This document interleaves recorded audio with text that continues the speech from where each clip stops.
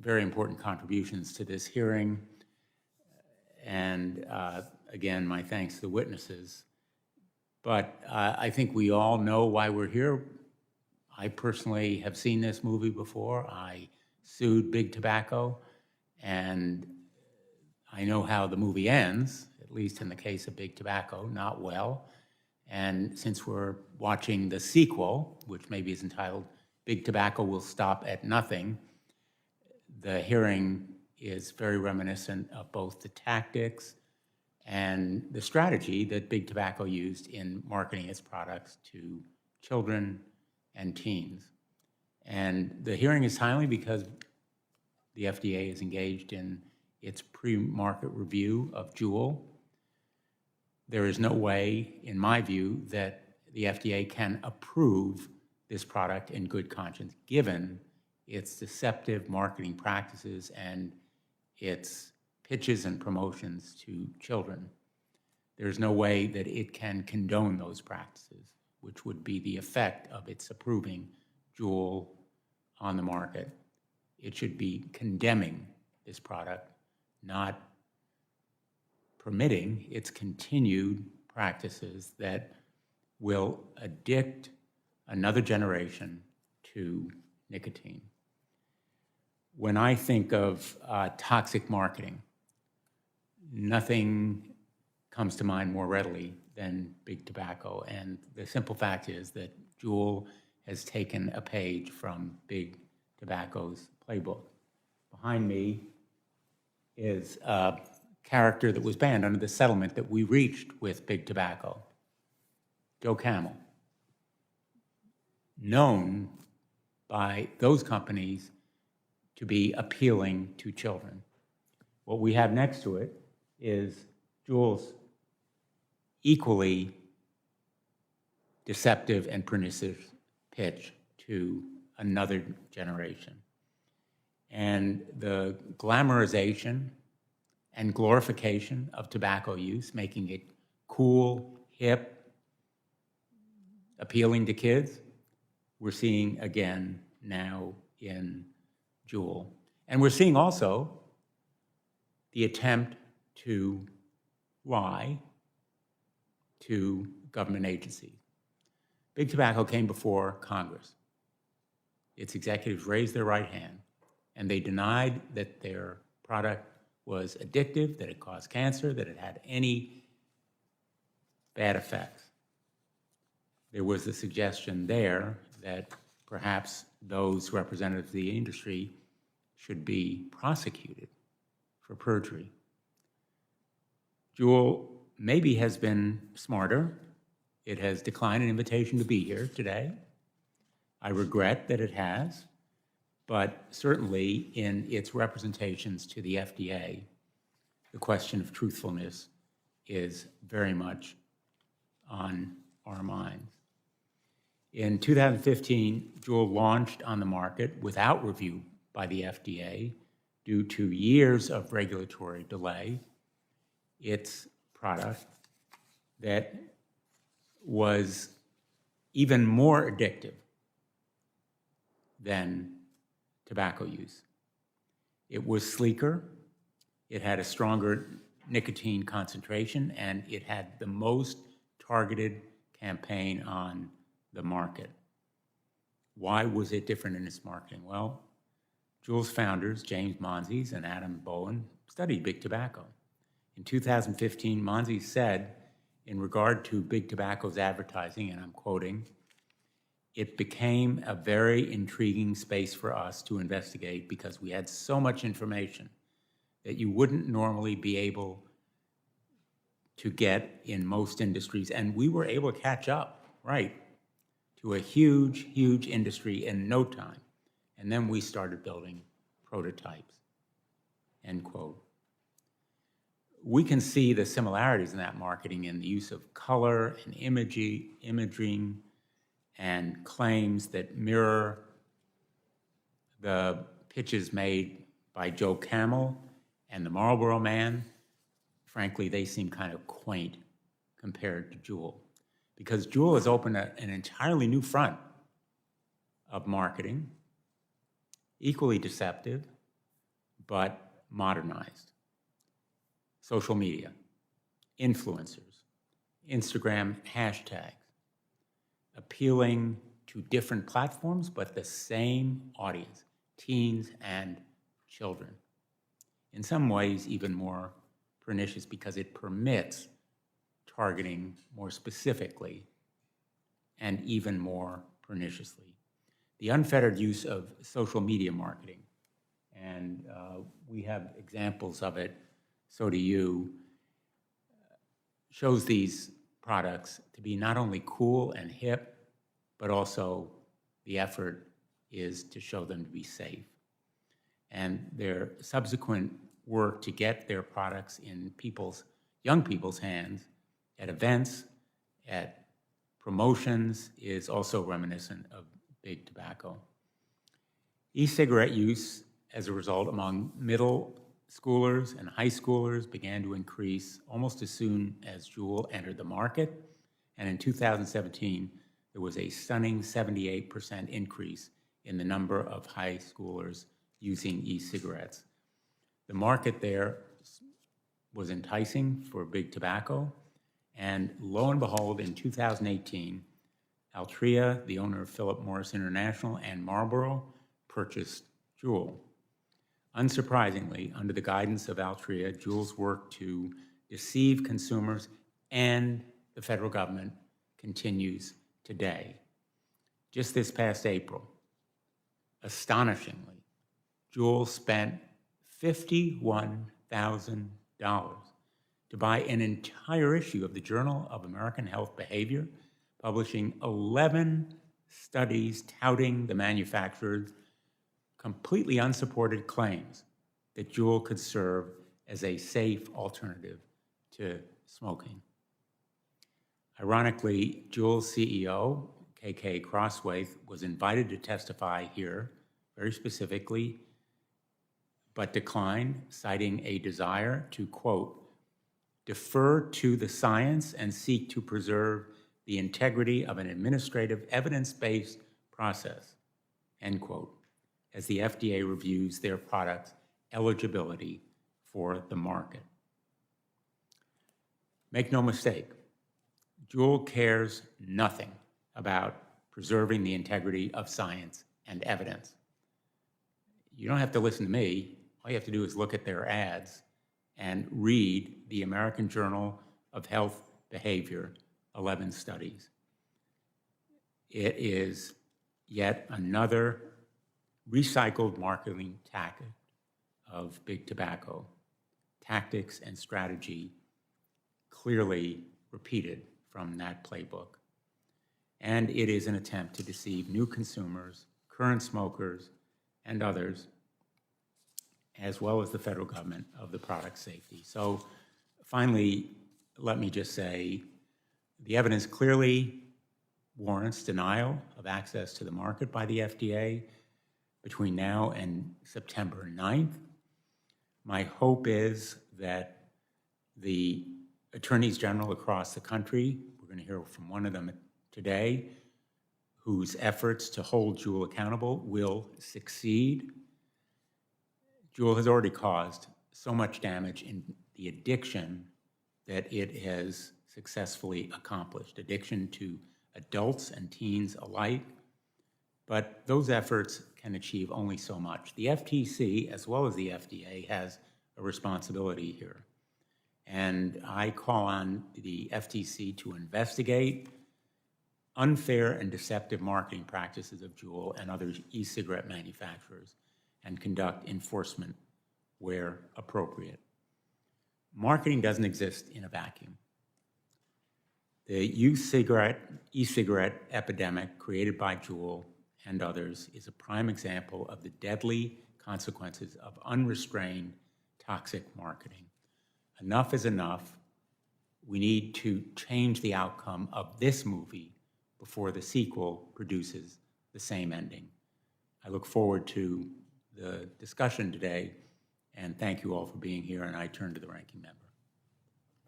Thank you, Mr. Chairman, and welcome to our witnesses. Thank you for joining us for the hearing. I'm really so pleased that we have this hearing today. And Senator Blumenthal talked a little bit about the work he had done in the tobacco lawsuits. Well, before those took place, and as they were beginning to take place in the 80s, I was chairman of the board of the American Lung Association of Middle Tennessee.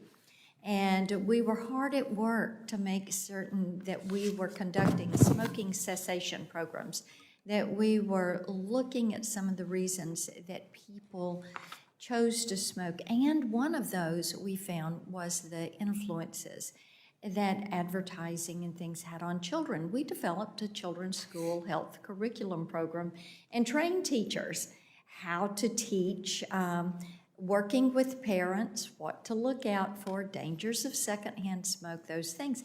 But you realize the power of advertising. And I went back through to look at some of the iconic ads and things that have made impressions. In the 1950s, Volkswagen had an ad that was simply a Volkswagen and the words, "Think small." That was it. Everybody remembers that. In the 80s, we had the Energizer Bunny, keeps going and going and going. Nashville is a great ad town. We all remember the Budweiser frogs that would say Budweiser. Those came about in the 90s. Everybody remembers the Wendy's Where's the Beef ad. And these are ads that stay with you. Those messages stay with you. So now we look at the meteoric rise of the internet and social media. Advertising is taken on other forms. Kids go to YouTube and watch videos like Ryan's World, which is a 9-year-old boy who reviews toys and encourages kids to buy those toys through his Amazon store. And TikTok lures kids to keep watching through the use of algorithms and send them targeted content and collect their data, which to me is atrocious, but they collect the data for potentially nefarious purposes. Children, more than anyone, have a hard time identifying when content is actually an advertisement. I have this discussion with my grandsons regularly. According to the American Psychological Association, kids younger than 4 and 5 aren't really able to distinguish programming from commercials.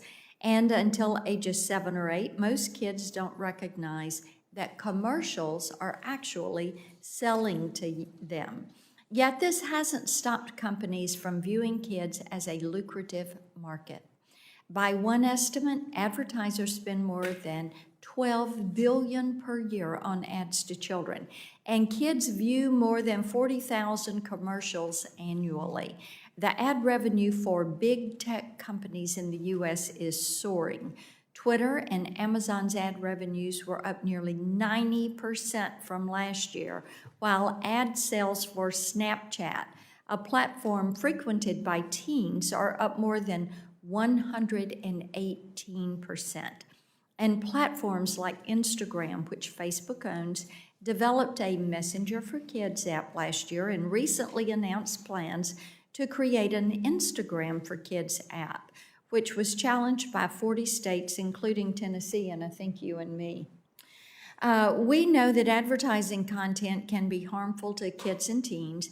It can expose them to weight loss pills, alcohol, and other adult substances, or even pave the way for bullying and risk-seeking behavior. For example, Pinterest recently banned all weight loss ads on its site due to concerns that eating disorders had increased because of COVID-19 related weight gain content. And just a month ago, police arrested 7 men in Northeast Tennessee for sex trafficking after they responded to decoy advertisements placed on various websites.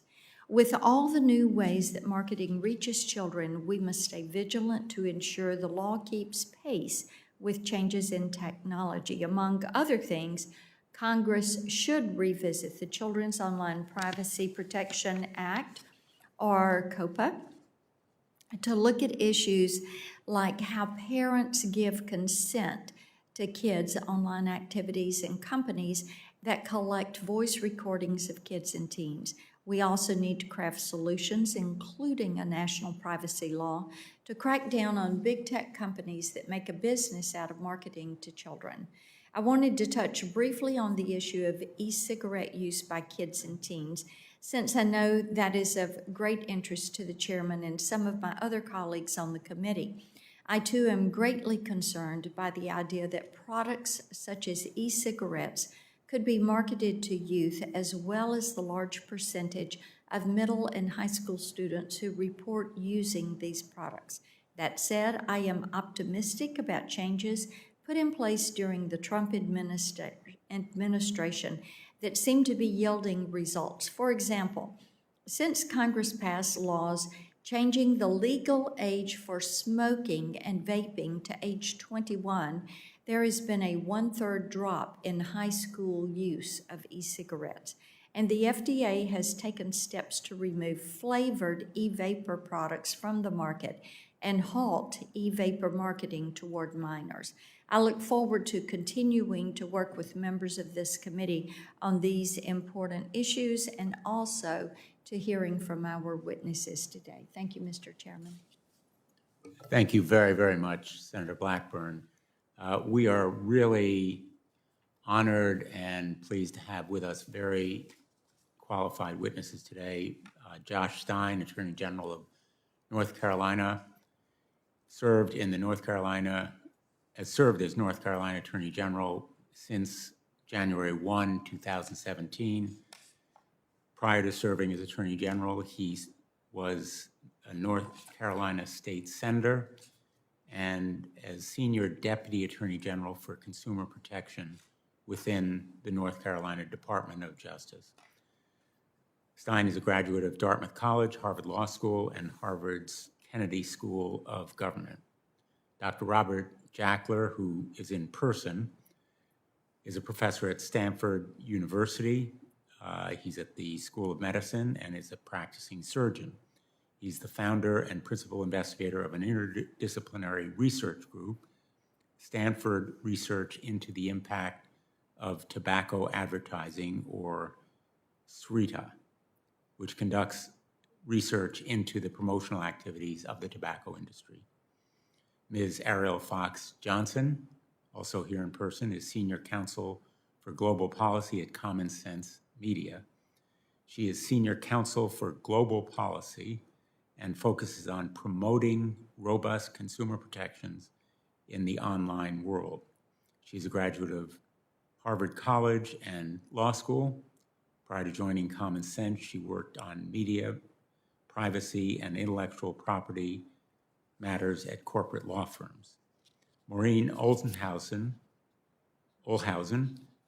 is former chair of the Federal Trade Commission, acting chair. Maureen Olhausen chairs the Baker Botts Global Antitrust Competition Practice, focusing on antitrust, privacy, data security, and consumer protection investigations.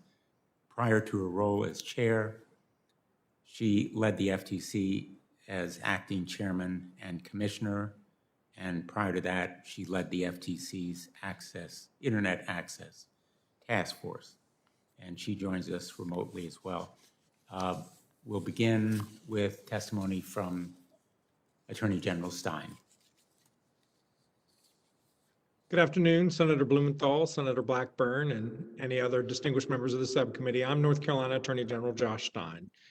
As one long interested in the topic of today's hearing, I am very grateful for your giving it this level of attention. The toxic marketing claims used to peddle e-cigarettes to America's young people have had a devastating effect. One story.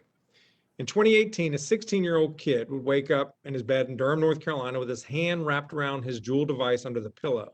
The very first thing he did when he woke up, take a puff. Then he would inhale more while getting ready for school, eating breakfast, driving to school. He would use it between classes, in the bathroom, with friends in his car, after practice, after dinner, and while he was working on his homework. In fact, The only time he did not use the product was when he was sleeping. Sadly, this young man's story is not unique. It has become the life of many high schoolers in North Carolina and around the country. How did we get here? Slick advertising campaigns on social media that highlighted kid-friendly dessert and fruit flavors delivered in a sleek, concealable USB device. It has been a tragic development that has undone years of hard work. In the late 1990s, nearly 30% of teens used tobacco products. By 2017, that number had dropped to 5% of high schoolers. This remarkable public health victory was the result of the Tobacco Master Settlement Agreement, thank you, Senator Blumenthal, and the diligent efforts of public health workers over many years.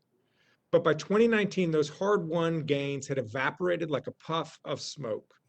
24% of high school students, 7% of middle school students now use tobacco products, representing 1.5 million new teen users. In 2018, my office launched an investigation into Juul. Juul's marketing tactics were insidious and effective. Juul had become so pervasive among young people that the high school bathroom had become known as the Juul room. By 2018, Juul had cornered 75% of the e-cigarette market. After my office's investigation, I filed in 2019 the first state lawsuit against Juul, alleging that Juul designed, marketed, and sold its e-cigs in a manner that targeted young people. A few weeks ago, on June 18th, North Carolina became the first state in the nation to hold Juul accountable. My office entered a consent judgment that forces Juul to not sell e-cigs in any flavor not approved by the FDA, abandon its marketing to young people, and stop all social media and influencer advertising, use state-of-the-art age verification systems, both online and at retail, pay North Carolina $40 million to help the tens of thousands of young people addicted quit e-cigarettes, and provide for a document depository to ensure that nothing is swept under the rug. My hope is that this agreement keeps Juul's devices out of kids' hands, its chemical aerosol out of their lungs, and its nicotine from poisoning and addicting their brains. I am extremely proud of my office's victory over Juul here in North Carolina, as well as a number of other e-cig companies like Juul. We've driven out of state a number of them that had been selling and advertising to kids. But there are still many others operating around the nation. And there are dozens of other nicotine-based products like disposable e-cigs, nicotine pouches, and non-combustible tobacco products that use similar tactics. Candidly, the game of whack-a-mole that attorneys general are playing is untenable. We in the states need the help of our federal partners to protect America's youth, to prohibit nicotine manufacturers and retailers from marketing and selling to young people, using youth-friendly dessert, fruit, and mint and menthol flavors, and developing high concentrations of nicotine that accelerate a person's dependence. I have already written the FDA, urging it to protect kids by imposing these types of restrictions on the entire industry, and a similar multi-state effort is underway. Members of the subcommittee, I ask that you do all in your power to encourage the FDA to use its existing authority to protect kids. It is not too late to turn around this youth vaping epidemic and keep kids safe, but only if the states and the federal government effectively work together. Thank you for your attention to this most important issue. Thank you, General Stein, and you have good reason to be proud of the work done by your office, and I think your plea to us in the Congress is very, very well taken. It does require a partnership, and we're going to turn now to Dr. Jackler. Thank you, Senator Blumenthal and Blackburn, for inviting me here today. I am really honored to follow AG Stein. While the accomplishments in North Carolina Juul settlement are a good start, and he and his team certainly deserve our appreciation, their settlement covers only a single brand in a single state and in a limited fashion. One settlement alone cannot undo the lasting impact of what Juul's design and marketing have done. America's youth remain drawn by Juul's stealthiness, its reputation for coolness, and its mentholated minty flavor. The high-strength nicotine then hooks them. Due to the company's actions and inactions, the brand has created a durable teen identity and is too tarnished, in my opinion, to remain on the market. Clearly, the lessons learned from the Juul fiasco are important, but the issue is much broader. Faced with declining cigarette sales, all major tobacco companies are adding e-cigarettes, heated tobacco, and oral nicotine pouches to their product lines. They come in flavors that appeal to kids and deliver nicotine at levels that would make the Marlboro Man envious. A comprehensive nationwide regulatory framework spanning all of these emerging tobacco products is needed. I suspect that most Americans think that the worst excesses of tobacco lay in the 20th century, when countless ads glorified glamorous and sexy cigarettes and reassured a worried public that more doctors smoke Camels than any other brand.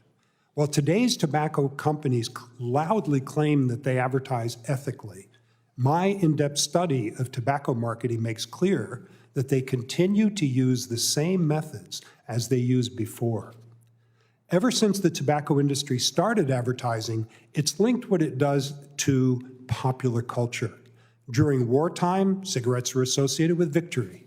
During women's lib, you come a long way, baby. And today's tobacco products are marketed as natural and organic, even though they are equally deadly. As soon as COVID arrived, tobacco marketers offered free hand sanitizers with their purchase, gave tobacco-branded face masks, and used COVID-themed slogans. Tobacco advertising has long been regulated by the federal government since the 1920s, with a series of actions by Congress, by the FTC, and the FDA. In 1970, Congress banned tobacco advertising from broadcast media, which at that time was just TV and radio. The legislators of those days could not have foreseen that online social media would come to dominate mass media, especially among American youth. Facebook, Instagram, and Twitter are widely exploited by tobacco marketers. Once a company makes a product a teen fad, kids take over and promote it for them. So based upon a clear analogy to the 1970 radio TV ban, there is a strong justification to eliminate all tobacco marketing from social media. So up until 1964, tobacco ads featured endorsements by movie stars and heroes, and yes, even US senators. Tobacco marketers made extensive use of influencers today who are social media stars with vast online followings, often teen idols. Once again, ample precedent exists to end this practice. So flavored tobacco, including menthol, is a major draw for youth. In 2020, Congress extended the ban on flavored cigarettes to include only pod-type e-cigarettes like Juul. But such a narrowly focused ban is doomed to fail because the industry simply innovates around it. So predictably, Puff Bar and countless other sweet and fruity Chinese-made disposable cigarettes soon flooded the American market. To protect youth, it's so important, all flavors, including menthol, should be banned from all tobacco products. So federal law defines a tobacco product as derived from any part of a tobacco plant. With the mandatory FDA deadline looming, as we heard from Senator Blumenthal, marketers introduced a series of tobacco-free brands claiming they had only synthetic nicotine and thus were exempt from federal regulation and even tobacco taxation. These brands are sold on major online stores, including Amazon, even to teenagers, and despite their policy prohibiting all tobacco sales, we see it on Target.com, these things are breaking through because it's not being picked up by their filtering, if you will, for tobacco products. In July 2020, the FDA ordered market leader Puff Bar to cease sales as it hadn't been approved. So what happens? Shortly thereafter, Puff Bar resumes sales, and it's now made of synthetic nicotine and claims that it's immune from FDA regulations. So logically, if it isn't tobacco, then nicotine products like this are unapproved drugs, and the FDA should have clear authority to remove them all from the market. As a matter of public health policy, protecting teens from nicotine addiction is of the utmost importance. Almost all tobacco use begins during teen years. Very few 40-year-olds say, I think I'm going to start smoking today. After all, the single most effective means of reducing smoking in the adult population is to keep kids from becoming addicted in the first place. We need comprehensive regulation, and it should encompass advertising, flavors, and nicotine. I thank you. Thank you very much, Dr. Jacklin. Excellent. Ms. Johnson. You'll have to turn on your microphone, please. Thank you. Good afternoon, Chair Blumenthal and Ranking Member Blackburn. Thank you for inviting me today and for examining the harms that digital marketing poses to kids. Today's online ecosystem leaves children open to commercial exploitation and persuasion of all stripes, including by sellers of toxic and unhealthy products. Congress must act to create safeguards that protect young people. I'm Ariel Fox-Johnson, Senior Counsel for Global Policy at Common Sense, the leading organization dedicated to helping kids and families thrive in an increasingly digital world. I'm also a mother of two, seeing firsthand the effects of digital marketing on kids. My testimony today emphasizes three main points. First, children and teens are uniquely vulnerable to advertising, and especially to the highly personalized, targeted digital ad techniques of today that include influencer marketing, advert games, and native ads. Second, digital marketing is causing real harms for young people, contributing to obesity, to crash diets and low self-esteem, to tobacco and alcohol use, to a culture of surveillance, and to compulsive technology use.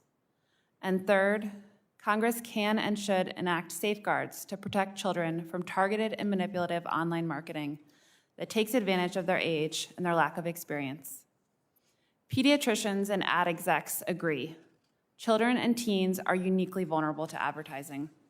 Young kids can't identify ads, and older kids have trouble understanding that an ad's goal is to sell them something and that it's biased.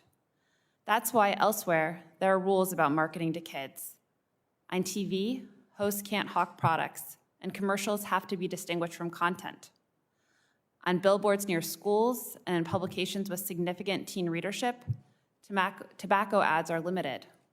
But in the digital world, where marketing techniques are even more pernicious, these safeguards for kids do not exist. Ads online are often indistinguishable from content. One study found a third of posts on Instagram are actually ads.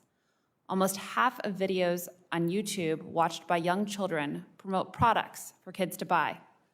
And fast food companies weave their products into game storylines. Ads are also offered in exchange for easier gameplay. This implicit targeting makes ads even harder for kids to identify and to assess. And offering rewards in exchange for viewing keeps kids hooked in a vicious loop. Ads today are also highly personalized, a fact that most children and many adults do not realize. Fine-tuned to specifically appeal to the child at hand and filtered to create a vision of reality that benefits advertisers and puts kids at risk. Kids find this creepy. They feel that marketers are stalking them, and this leads to a culture of surveillance where they feel constantly watched. This also enables advertisers to exploit specific vulnerabilities, such as targeting teens who are profiled as interested in gambling with ads for poker chips. Ads today also rely on figures kids trust: peers, celebrities, beloved cartoon characters.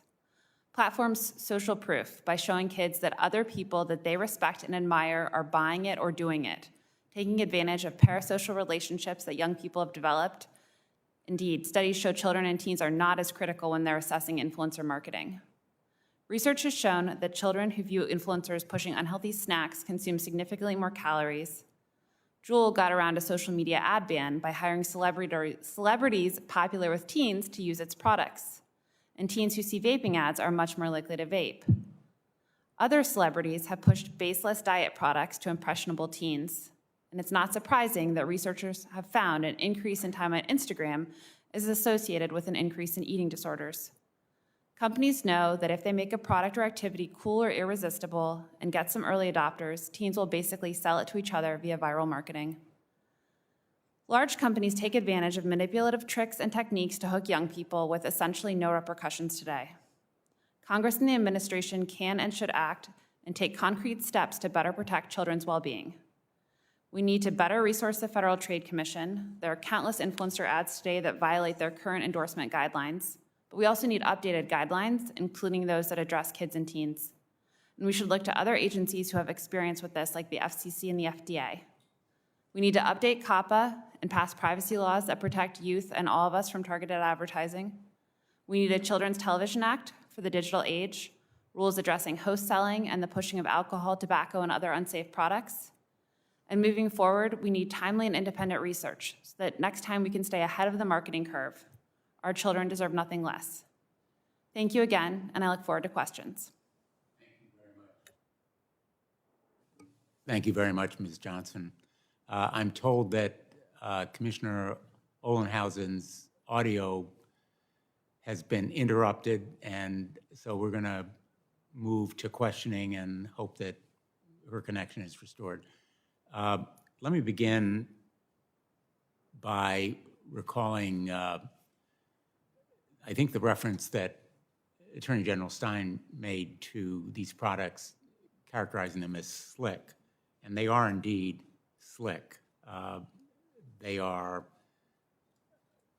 not only dangerous, but they are slickly presented, and I'm sure all of us have seen them before. I've been smelling this strawberry flavored one, and it's very alluring, but not only is the pitch made with sleekness and physical attractiveness, but also it involves a health benefits pitch. And in some ways, that's the most pernicious part of their promotional activity. They are directly soliciting people on the basis that there are health benefits to this product. And I think you can see the suggestion in the blue advertisement behind me. This ad goes even further to make the really despicable claim that, quote, "no one likes a quitter, switch today," end quote. Philip Morris International has attempted to rebrand, launching the Foundation for a Smoke-Free World, as it did in 2017, all the while rolling out new products like their recently heated product. Obviously, claims related to health benefits or cessation are totally unsubstantiated, but they sought to provide a veneer of substantiation by, in effect, buying an issue of a journal, the American Journal of Health Behavior, with 11 peer-reviewed studies. They failed to mention in their public release that the company who conducted this research was always also paid to do so by Juul, with the goal of providing that, quote, research in support of, end quote, Juul's product review at the FDA. I'm not sure whether they told the FDA about it. I doubt it. But essentially, they're using the same deceptive practices on the FDA that it has used on teens and the public. Dr. Jackler, you spoke to these cessation claims in your testimony. Can you share how effective these kinds of pitches are for current smokers? So I care very much about adult smokers, and I would love to help them to either quit their product, which is best, or to transition to something that is less harmful to them.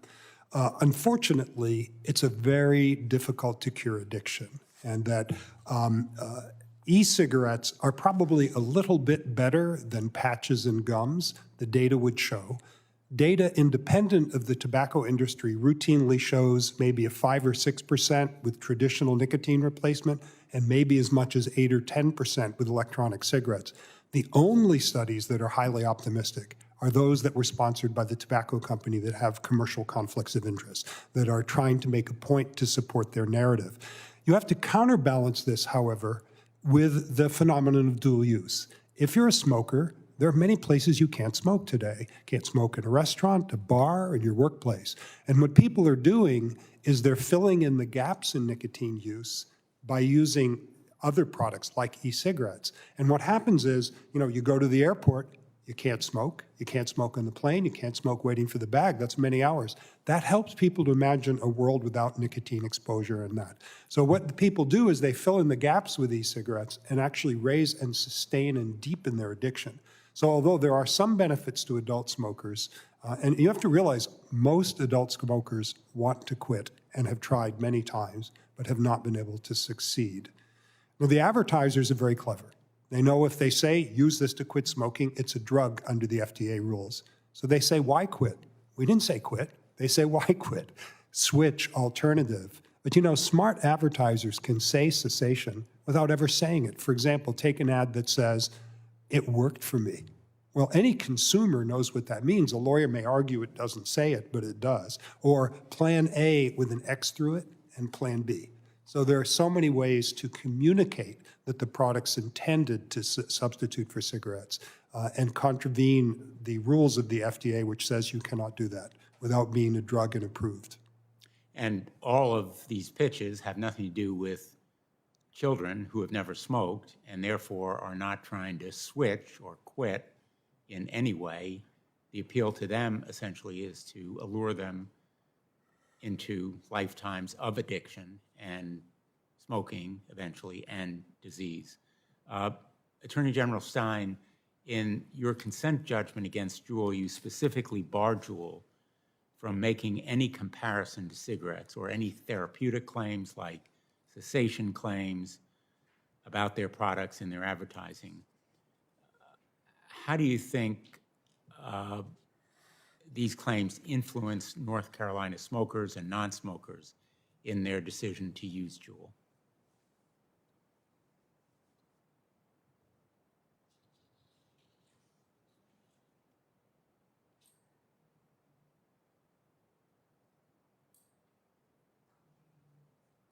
I'm hoping we still have Attorney General Stein.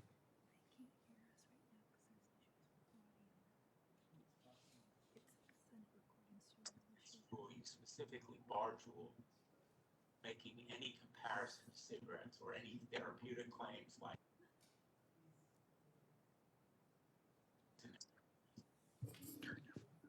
How do you think?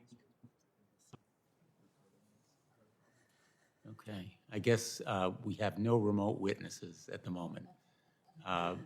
So let me ask. Senator Blumenthal, can you hear me? I can hear you.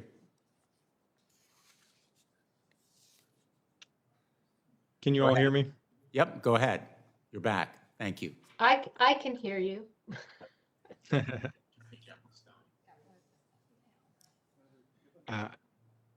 I couldn't hear. Can you hear me, Senator Blumenthal?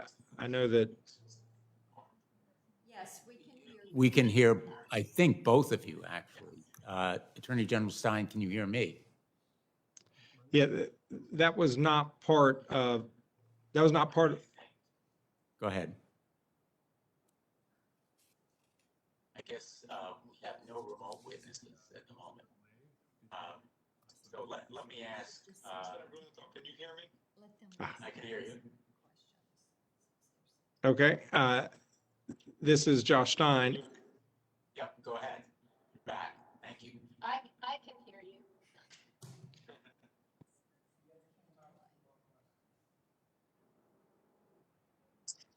Can you hear me, Senator Blumenthal? I know that. We can hear, I think, both of you, actually. Attorney General Stein. That was not part of. That was not part of. Go ahead. We're on a terrible delay, so I'll try to approach the answer. That was not part of our lawsuit. Our lawsuit focused on Juul's marketing, which we believed induced young people to become addicted. So we did not engage in extensive discovery on the issue of their health claims. I will go back now to Dr. Jackler and ask you one more question. You met with Juul's founders, Adam Bowen and James Monsees, regarding their interest in tobacco advertising. What do you think the company's founders took away from their meeting with you? Yeah. I met with Mr. Monsees at Juul headquarters and had a 2-hour-long conversation with him. One of the first things he said is, thank you so much for that wonderful database that you supply online of the history of tobacco advertising.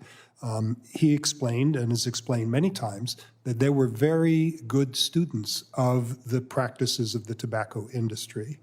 And when we study Juul advertising, we can see exactly what Mr. Monsey said, which is it was inspirational and helpful to him and to his team of creatives that created Juul marketing.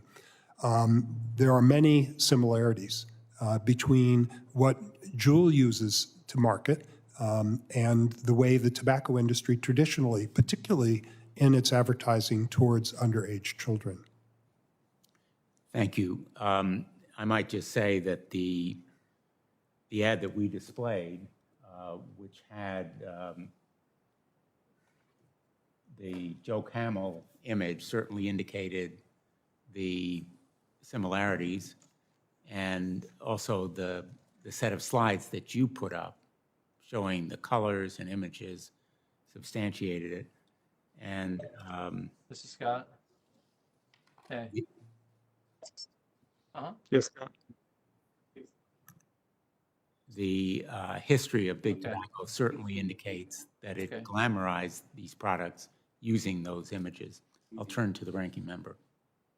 Thank you, Mr. Chairman. And to General Stein, Put the comp in. we will ask you for a question, All right, a thanks. written response. What I'd like for you to submit to the committee is in your preparation for the lawsuit on the Scott. marketing, where did most Okay, teens learn about Darla. e-cigarettes and become drawn to them? I would like to know if it was through friends, the vape store, online, but you can submit that in writing since we have audio issues. I'll take care of it. Bye. Ms. Fox Johnson, to you, the filter bubble. This is something we had legislation on last year dealing with the filter bubble. Chairman Blumenthal and I both sponsored the Transparency Act, which would require big tech companies to give consumers the option to see content outside of that curated bubble. We know from the American Academy of Pediatrics that this filter bubble is particularly dangerous for children. So I'd love for you to talk about the filter bubble for just a second. Why kids need to see something that is outside of their curated bubble, and if you think that parents, and since I'm a grandparents have the tools that they need to keep kids from harmful algorithms and tailored ads. Sure. Thank you, Senator Blackburn, and thank you for your bipartisan leadership on this issue. I was excited to see so many co-authors of the Filter Bubble Act are on this subcommittee. Think secret algorithms determining what content and advertising children see and what filters they'll be placed in are a huge problem. This is happening unbeknownst to kids. It's happening unbeknownst to parents. In all other aspects of our children's lives, we encourage them to try new things, to learn about different cultures, to learn about different experiences, figure out what they like. We try not to label and limit them and sort of predetermine what their reality will be. But that's exactly what a filter bubble does. I think it's excellent to have more transparency and to ensure that there are unfiltered options. And ideally, companies would take it upon themselves to offer particularly vulnerable young users an unfiltered experience by default. You wanted to know about parental controls with respect to advertising or algorithms. right now there really aren't that many parental controls with respect to advertising or algorithms. You can try to keep your kid from seeing certain, inappropriate content or websites, but if you want to block them from seeing ads, you just have to stop them from looking at devices or sites and services in the first place. If you turn on too many ad blockers, which are not parental controls, just general ad blockers, oftentimes these sites and services won't work. So this is not something that parents or grandparents can take into their own hands right now. When we look, and you mentioned the settlement that that YouTube paid to the FTC, and for collecting data on children without the parents' consent, and the way YouTube shows ads to little kids, to me, this is something that is disgusting. And I would love to hear from you what policies you think Congress should move forward with in protecting children, and then likewise when it comes to COPPA, which needs to be reviewed and rewritten, what are insertions or changes that could be made there?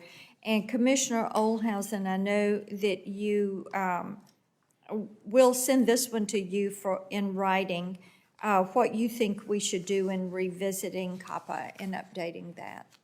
But go ahead, Ms. Johnson. Thank you, Senator Blackburn. So yes, YouTube settled with the FTC because it was collecting information from watchers of child nursery rhyme and other child-directed content videos and using that information to serve up behaviorally targeted advertisements to children and sort of determine what future content might be attractive and increase profits that way. This settlement highlighted a lot of ways that we could improve the landscape for kids' privacy. First, for years, YouTube was able to say, no, we don't have actual knowledge that these are children watching these videos. So one thing to do is to make very clear that COPPA covers all sites and services that children are using and that we don't need to have too narrow a standard and companies can't turn a blind eye to kids. We should also improve privacy by protecting teenagers, especially young teenagers. Another thing Congress could do is confirm what the FTC has decided in its current rule, that personal information needs to be defined broadly and include persistent identifiers. This was not something that was considered personal information back in the 90s when COPPA was passed, but most modern privacy proposals do consider it now. We also need stronger enforcement and real penalties. State attorney generals should be able to get penalties just like the FTC can when they're enforcing COPPA, and there should be minimum penalties. We need penalties that are sufficient to deter bad actors so they don't profit and see this as a cost of doing business or a slap on the wrist. We also need to give the FTC more resources. Common Sense and other advocates have asked for a 50% boost in resources. They're trying to keep up, but they do struggle when faced with big tech. Excellent. That is helpful. I am over my time. I would like to hear from you. You can submit this in writing. You mentioned the ads that give you tokens for games, things of that nature. And as we look at the entertainment software, I'd love to know who has engaged in that. And Mr. Chairman, with that, I'll yield back. Thanks so much, Senator Blackburn. Senator Lee. Thank you, Mr. Chairman. Ms. Johnson, I'd like to start with you if possible. I've long been concerned about how various companies operating online are targeting adult-themed ads to children, sometimes to young children, but in many, many instances to minors in one way or another. In your research, what can you tell me about the sexually explicit or adult-themed advertisements that are targeted to children and about what harms children experience as a result of those? Sure. Thank you, Senator. So as you mentioned, children, teens, older children, tweens, everyone is seeing content and ads that are age inappropriate. And in a Common Sense study looking at YouTube, for example, they saw that for videos viewed by children under 8, 1 in 5 contained ads that were not age appropriate, including sexual content, benign things like ads for lingerie or something less benign, if you think that's benign for a 5-year-old. It's pretty common for older tweens and teens to also come across sexual content. A recent study came out where users identified as around 13 years old and were almost immediately, especially if they were boys, targeted with what appeared to be sort of escort services and ads. This is a real problem, however, it's happening. Parents often don't know that these things are happening. Kids are watching on small screens, they're watching in their bedrooms. It's not, everyone watching together in the family television. So parents aren't there to know what's going on and to help stop it. As discussed with Senator Blackburn, there are often not ways to filter for these things or to turn them off. And kids and teens are getting exposed to more content than many of us would like them to at a very young age. Aside from, outside the context of COPPA, is there anything you think we ought to focus on that we could do about it? Sure. I think that we should also pass sort of a Children's Television Act for the digital age, like the KIDS Act, which Senator Markey and Blumenthal introduced last year. And that would create some advertising and some content rules around content. And address sort of compulsive aspects and manipulative design in games. I also think we need more research into how media and tech are affecting kids, all kinds of things. And for that, we'd love to point to the Bipartisan Camera Act, which would support NIH-funded research. Well, thank you. That's helpful. There have been countless stories about how the various platforms, including YouTube, Snapchat, Facebook, Instagram, and so forth, can end up facilitating child exploitation and also provide easy access to child pornography. Each of these platforms have an app available through the Apple App Store and the Google Play Store, and those stores in turn have age ratings to help guide consumers to age-appropriate content. But why is it that there is sometimes such a disparity between the app's rating and the content that may be available on that platform? That's an excellent question, Senator, and one that is probably best directed to the platforms or the content creators themselves. It is something that we have struggled with for video games also, and with apps, that they'll have one age rating and they'll have a different privacy age rating, and then they'll have a different content rating. And it's pretty opaque, like a lot of the tech practices, and it is certainly something that for parents who are trying to pick something for their kids, they would be much helped by having at least one single reliable rating. Right. Yeah. It's interesting when I've had this conversation with many of the people running some of these businesses. Very often their answer is similar to yours. Now, in your case, you don't run them. You're on the outside trying to make a difference. For those companies that are actually running them, I find the answer less than satisfying. What do you think we ought to consider? Is that something we ought to look at as a Congress, and figuring out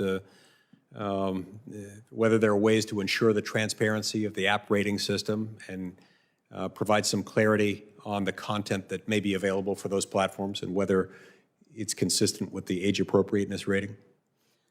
I think that's definitely something to look at. I think the platforms and app stores play a huge gatekeeper role in determining what can be shown and how it's going to be pushed on families and sold to different audiences. And so if there was it's not fair to put something in the design for families section of the Google Play Store if it's not actually designed for families, for example, in Common Sense's opinion, or not a similar store on Apple. So if we could get gatekeepers to come together and agree on some basic standards and communicate those transparently, that would be very helpful. They also need to clean up the underlying practices, but transparency is great too. Great, thank you. Mr. Chairman, I see my time's expired. I did have some additional questions I wanted to ask you, Commissioner Olhausen, but given the time and the communications hiccups that we've got, I'll submit those for the record. Thank you. Thanks very much, Senator Lee. We're still hoping that maybe we'll correct the technical failure, but I think submitting them in writing, and I have some as well. I have a few more questions, so maybe we'll do a second round.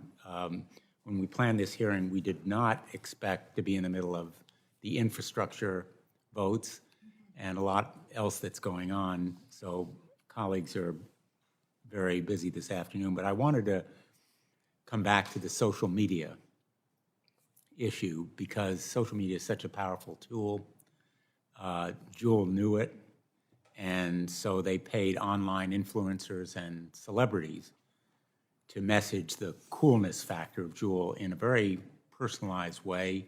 In 2015, they posted on their websites looking for candidates to fill intern positions that would liaison with social media and influencers and celebrities. And they had an application on their portal for those looking to join the Jewel influencers, as they put it, quote, join the Jewel influencers and receive compensation.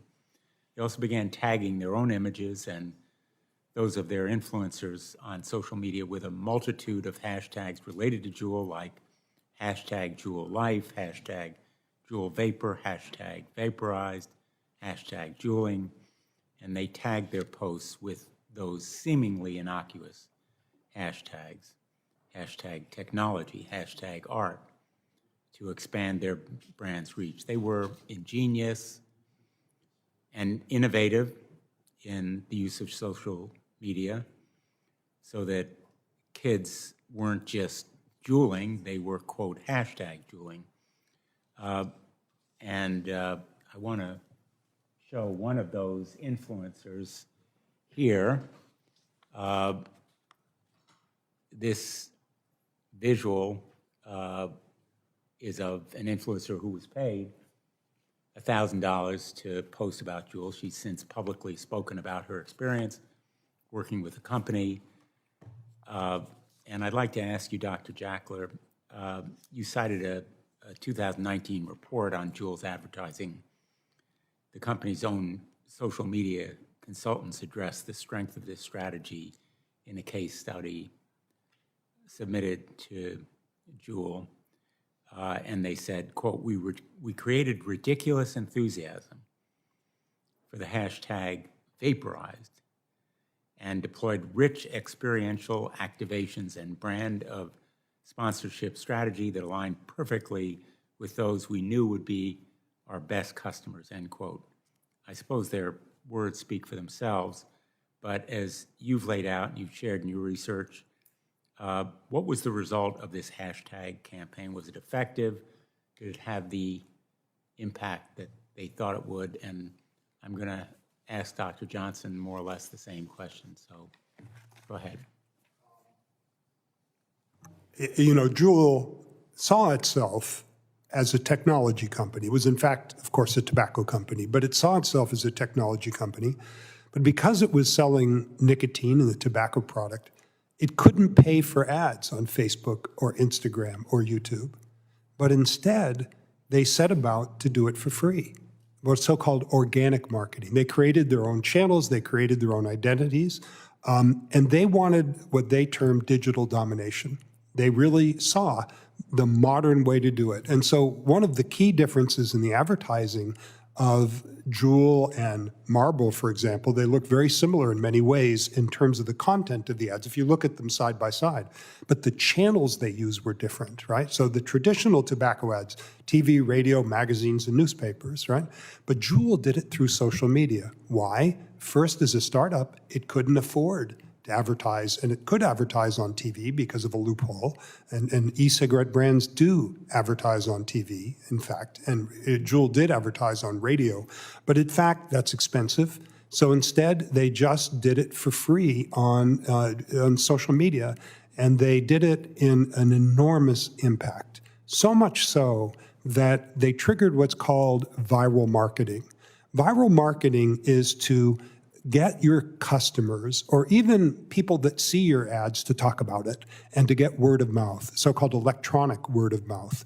And it goes out in spheres beyond that and amplifies, and eventually it becomes a fad. And Jewel became a huge fad, the must-do thing amongst teenagers in America. And that after a while, Jewel could turn off its social media when it was under intense regulatory scrutiny. And Scott Gottlieb at the FDA was calling them in and writing them harsh letters about the social media. Jewel said, we're going to be fine now. They turned it off. But what teens most listen to are other teens. And social media chatter around Jewel, it became the thing. So hashtag Jewel which is a huge amplifier of its Instagram and other accounts, teens would post up things not only about vaping or tobacco use, but it became the place to be. It was the home for teens. Many industries would like to have such a viral fad like pet rocks or hula hoops were in the day. Juul accomplished it, and it was by engineering and by design. It was not an accident. And they succeeded beyond their wildest dreams. But once they saw what was happening in the social media sphere and the huge interest in Juul by teens, they took no action to inhibit it, only until parents all over America rose up. And again, we started to see action by regulators against them. Then they said, okay. But it was too late at that point, because it's like you push a boulder downhill, it goes faster and faster, and at a certain point, it's out of your control. And they had plenty of things they could have done from the beginning in their design. And at many times, there were circuit breakers they could have put in. But the money was rolling in, and they had a choice between the well-being of the youth of America or windfall profits and a valuation that approached $30 billion for a few-year startup. And they chose the money over concern over their customers. Thank you. Ms. Johnson? Thank you. Sort of similar things as to teens are particularly susceptible to influencer marketing. They often don't realize that influencers are paid. Influencers don't appropriately disclose that they're being paid. Teens are at a place where they're looking to peers and others to define themselves. They want to fit in. They want to do what other people are doing. This is why platforms social proof their products. And teens have developed parasocial relationships, one-sided relationships, where they feel uniquely connected to an influencer. So this is someone that they trust, they respect, they admire, they aspire to be like that person. So whatever they're seeing an influencer do online, they're particularly receptive to it and to doing it themselves. Thank you. Evidently, we now have both former Chairman Ollenhausen and Attorney General Stein connected again. Ms. Ollenhausen, maybe we could turn to you for your opening statement, then I'm going to go to Senator Markey for his questions. Great, thank you. I'd like to thank Subcommittee Chairman Blumenthal, Ranking Member Blackburn, and the members of the subcommittee for inviting me to testify on at this hearing on toxic marketing claims and their dangers. It's my hope that I can offer some helpful perspective as former acting chairman and commissioner of the Federal Trade Commission and a longtime consumer protection practitioner. In its consumer protection mission, the FTC enforces laws that prohibit business practices that are unfair or deceptive to consumers.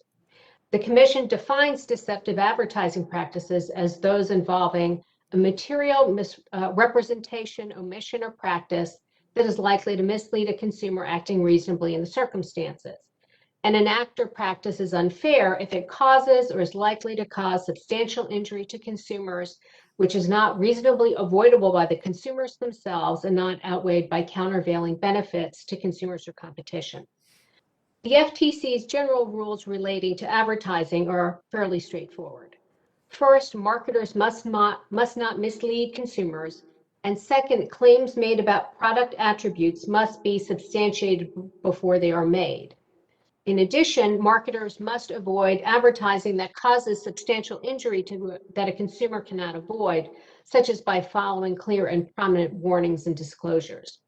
So I'll expand briefly on some of the concepts that underlie these general requirements. First, the Commission reviews advertising from the perspective of a reasonable consumer in the target group. For example, for advertising to children, the FTC will review the ad from the perspective of a reasonable child. Second, the Commission is concerned about both express and implied claims made in ads, including claims that relate to safety. Third, some advertising may be interpreted in a variety of ways. If a deceptive interpretation is a reasonable one, the company may be held liable. Finally, an advertiser can deceive a consumer by what it doesn't say as well as what it does say. And if they omit information that is material in light of the representations made in the ad, then that ad is deceptive. Under the FTC's advertising substantiation policy, every objective product claim, whether express or implied, must be supported by evidence providing a reasonable basis for the claim. If the entity makes a safety claim in its advertising, that safety claim must be supported by evidence. And in some cases, an advertiser may be required to possess clinical testing, or other scientific evidence that substantiates the claim. So as for unfairness, as already noted, an unfair act or practice is one that causes substantial injury, consumer injury, that's not reasonably avoidable and is not outweighed by any countervailing benefits to consumers or competition. And with respect to unfair advertising, the classic example was the promotion of blades by placing the products themselves in the comics section of the Sunday paper. And the commission alleged that this practice created a substantial and unjustified risk of injury to children. So certain products may be safe or legal for adults, but not children. And the FTC has used its unfairness authority to bring enforcement actions where such products are marketed to children. So I'd like to finish my testimony with the discussion of an FTC action during my tenure involving the marketing of nicotine products in an unsafe manner. So as previously mentioned, the FTC's law enforcement activities involving tobacco advertising date back to the 1930s. And the commission also publishes periodic reports on promotion activities in the cigarette and smokeless tobacco industries, and it recently announced that it would begin collecting such information for e-cigarettes. And near the end of my tenure as acting chairman, the FTC, jointly with the FDA, so it was myself and Dr. Gottlieb, issued warning letters to manufacturers, distributors, and retailers for selling e-liquids used in e-cigarettes with labeling and advertising that resemble kid-friendly food products, such as juice boxes, candies, or cookies, and some of them with cartoon-like imagery. And several of these companies were also cited for illegally selling those products to minors. And given the serious risk of child poisonings due to ingestion of liquid nicotine, we stated that marketing these products in packaging that is likely to be particularly appealing to young children could present an unwarranted risk to health or safety and could thus be an unfair advertising practice under the FTC Act. So thank you for the opportunity to discuss how my former agency has long used its authority to challenge deceptive and unfair marketing claims that raise health and safety issues, particularly for children. And I look forward to your questions. Thank you very much. I'd like to call on Senator Markey. Thank you, Mr. Chairman, very much. In 1990, I wrote the Children's Television Act to put limits on the advertising that can appear during kids' television shows. And then Congress passed that law and stopped advertisers from flooding children with an endless stream of commercials and manipulative marketing on TV. And those rules remain critical, but no analogous rules exist for the internet. Yet we know that today kids face a gauntlet of manipulative advertising online. Ms. Fox Johnson, do you agree that Congress needs to implement new safeguards to protect children from manipulative marketing online? Senator Markey, thank you for your longstanding and steadfast commitment to protecting kids. I definitely agree that Congress needs to pass new rules. Thank you. Dr. Jackler. Oh, I certainly agree. Certainly in the tobacco sphere, it has permeated many channels of media which are frequented by kids, and that's something that should be brought to an end. So kids are just manipulated into buying products at every turn on the internet. It's just almost a part of the culture of the internet. Do you agree with that? I do. Yeah, you agree with that, Ms. Johnson? Definitely. Well, that's why Senator Blumenthal and I have introduced the Kids Internet Design and Safety Act, the KIDS Act, which establishes rules for the road for kids' commercial content on the internet. Our bill will stop websites from pushing ads to kids that include product placement in children's online content, host selling, which is when a character in a video that a child is watching appears in an ad next to that video, program length advertising, meaning commercials that last as long as the actual video a child is watching online, and advertisements for dangerous products like nicotine and tobacco online. Ms. Johnson, do you agree that these safeguards are crucial to protecting children online? Senator Markey, I do. We've talked about how host selling and product placement and the pushing of unsafe products are particularly pernicious for children online, so stopping these practices will go a long way towards protecting kids. Yeah, Dr. Jackley, do you agree? Certainly, products such as tobacco, alcohol, things that are inappropriate in terms of sexuality don't belong on children's TV. I will note that Juul ads ended up on Nickelodeon and on a number of children's math game sites, and that really was most inappropriate. Yeah, children deserve information, not infomercials. And that's what these companies have figured out how to do. You know, the kids are there. They've got them as a captive audience on a program that the kids like, whether it be Nickelodeon or anything else. Now, why don't we just give them a program length ad as well on a product that we want to hawk to them on channel 4, 5, 7, and 9? That would be prohibited. Can't do it. Over here on the internet, it's the Wild West, no rules, anything goes. And we just have to end that era here in our country. Today, companies take every opportunity to hook consumers when they're young and make them customers for life. One way to do that is targeted ads to children online.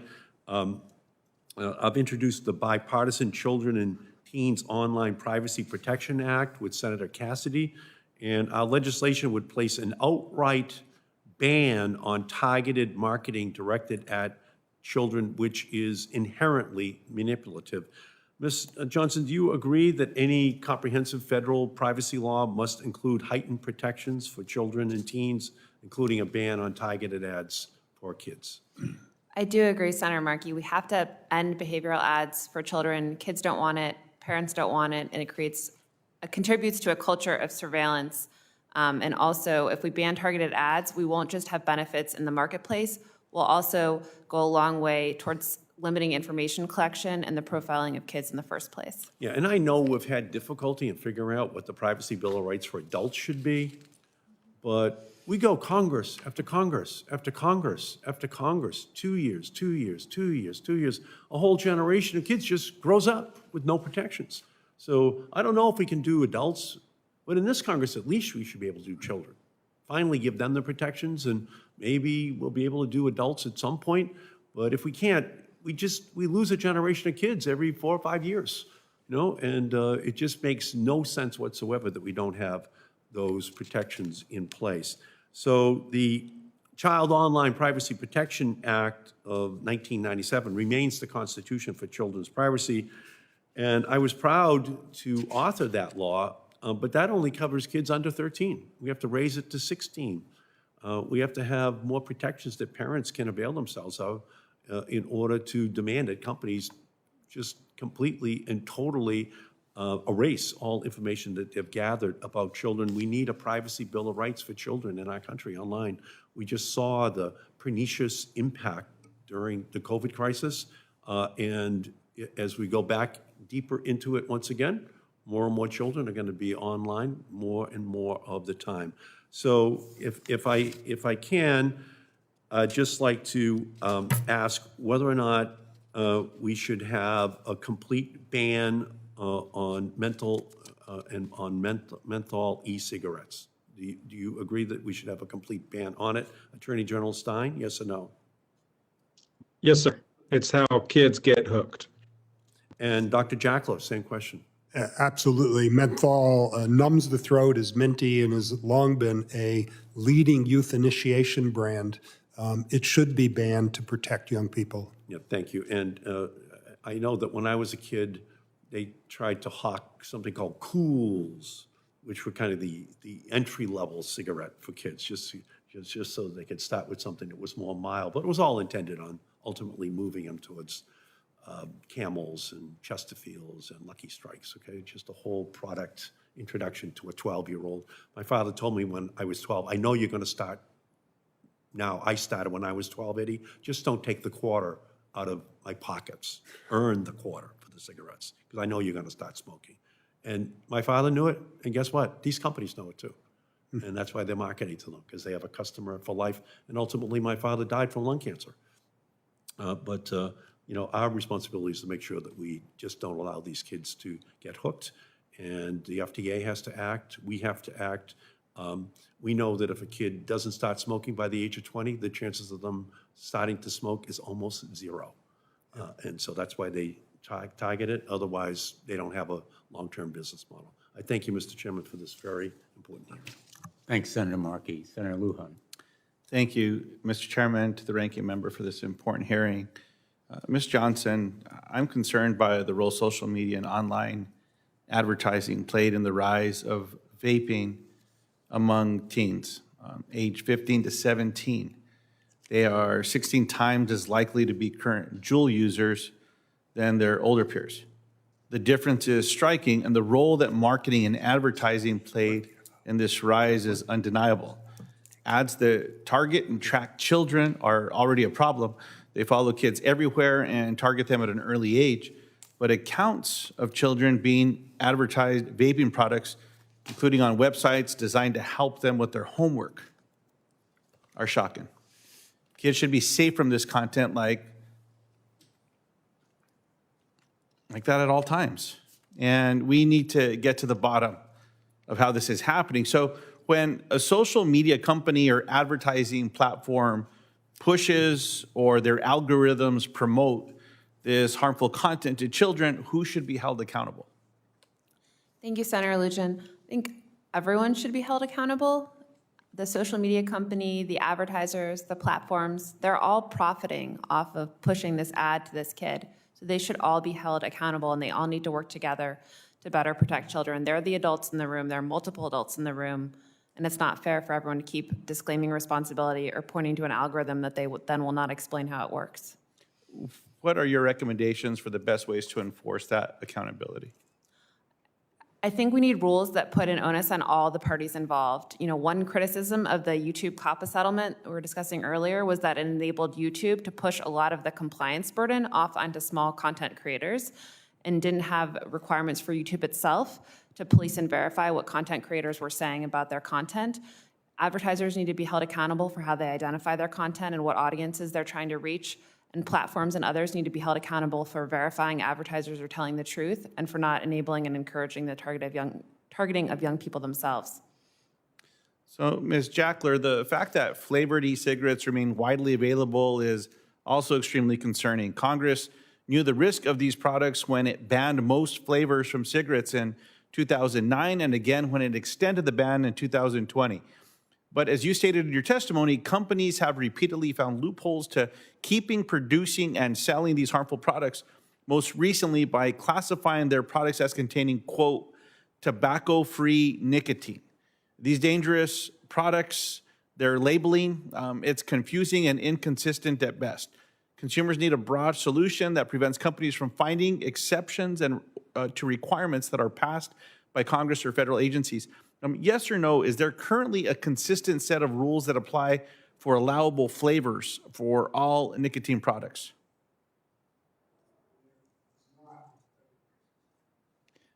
Following up on that, is this inconsistency, it's been present for over a decade. Why does the United States still not have a consistent set of rules across all nicotine products? Dr. Jackler? Well, that's a question I ask as well. I think that there's been a very permissive time over the last decade.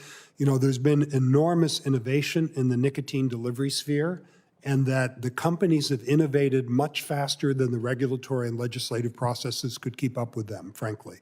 And I think the other point being that the tobacco industry has enormous resources. They're the smartest people to figure out ways around and escaping the intent of regulation. For over a century, they have routinely escaped every attempt to constrain its advertising and finding clever ways around it. So I think it's important in fashioning regulations and legislation to do opposition research and think, what's going to come next? How do we close those gaps? And also, when there's a problem like the synthetic nicotine loophole, that could have been closed quickly, but the mechanism to do it wasn't easily done, apparently. My personal view, and I think many of us believe, the FDA is very well justified and has the authority, saying they're not tobacco products. They claim they're not tobacco products. Fine, you're a drug. You're not approved, go off the market. You can apply through CEDAR and become approved that way. And during the 2020 debate on this issue, there was a big debate on nicotine. Just looking at that narrowly, with asking the question, what is the addictive nature of these products? And Dr. Jackler, as you pointed out, had that just also been part of this focus to make it explicitly clear whether synthetic as tobacco, had that also been included, that loophole would not have existed. The nicotine in America is extremely permissive. If you look around the world, throughout Europe, the UK, and Israel, it limits it to 17 milligrams per milliliter, like 2%. In America, there's no limit. The only practical limit is when it gets too bitter from the nicotine. So you've got Juul 3 times, 4 times that, potently addictive levels. The second thing is you can now get e-cigarettes that are these big tanks, the equivalent nicotine delivery of 3.5 cartons full of Camels or Marlboros. I mean, huge amounts of nicotine. There's no way. We should need to cap the amount of nicotine in these products, both by concentration and by volume. I appreciate that. And Mr. Chairman, I do have a question for Ms. O'Halson. I'll submit that into the record, bringing attention to, rather than 4 big tobacco companies with cigarette sales, now there are many other smaller ones that we also need to get some answers to see how we can be able to enforce that. So I thank you, and I yield back. Thanks so much, Senator Lujan. We're in the middle of a vote. We have 2 votes, so we're somewhat time constrained. I have a question for former Commissioner Ohlenhausen. And then if the ranking member has questions, I'll turn to her.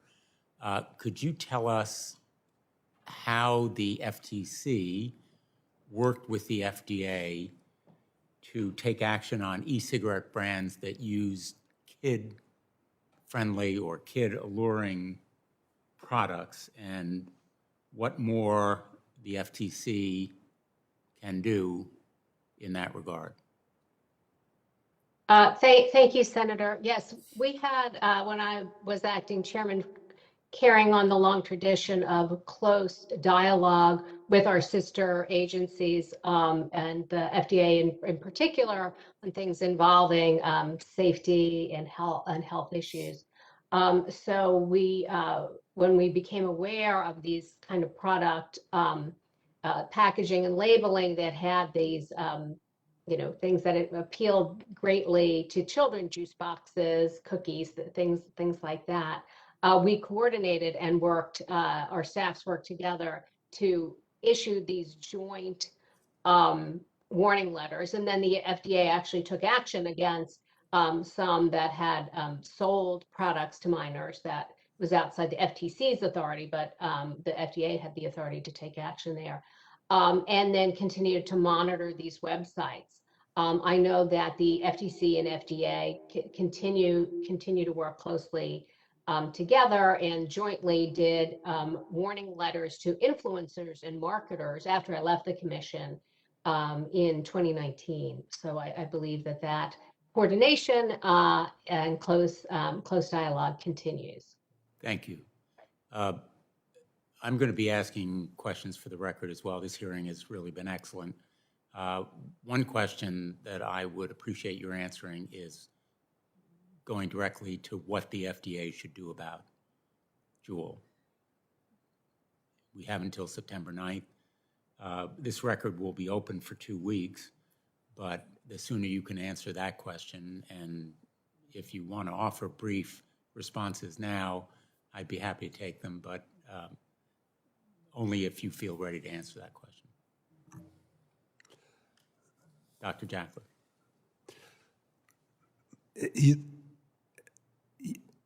Juul can make all the arguments that it wants about its path forward to the future, but it is a deeply tarnished brand with a durable identity as a youth brand, and that exists.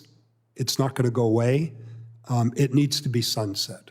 The entire industry is the bigger issue, but with regard to this particular product, it is too stained by its history and by the durable view of it amongst American teens, no matter how they dress it up and no matter how much they create scientific dialogue contrary to that of independent academics and government, it's not going to be persuasive.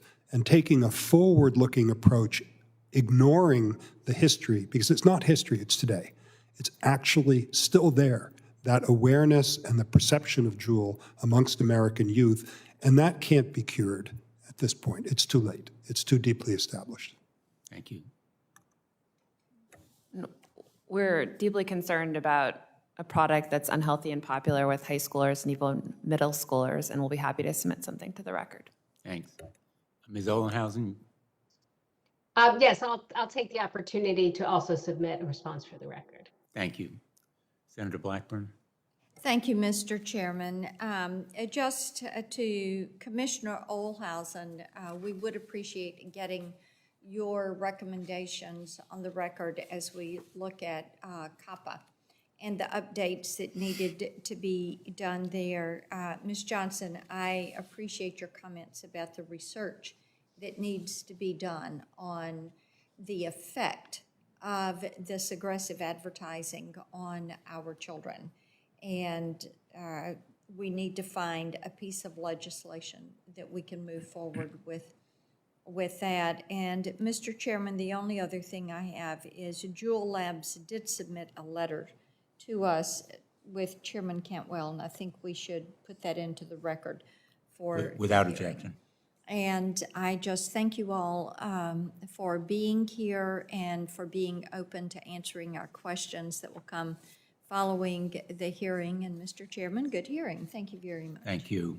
This hearing will remain open for 2 weeks. The record will remain open. I'm going to submit for the record, if there's no objection, an American Prospect article entitled Jewel, Taking Academic Corruption to a New Level, which I think says a lot about accountability. Any senators who would like to submit questions for the record should do so by August 17. We ask that your responses, if you have any, be returned to the committee as quickly as possible. And that concludes today's hearing. Thank you very, very much to the witnesses. And this hearing is adjourned. Thank you.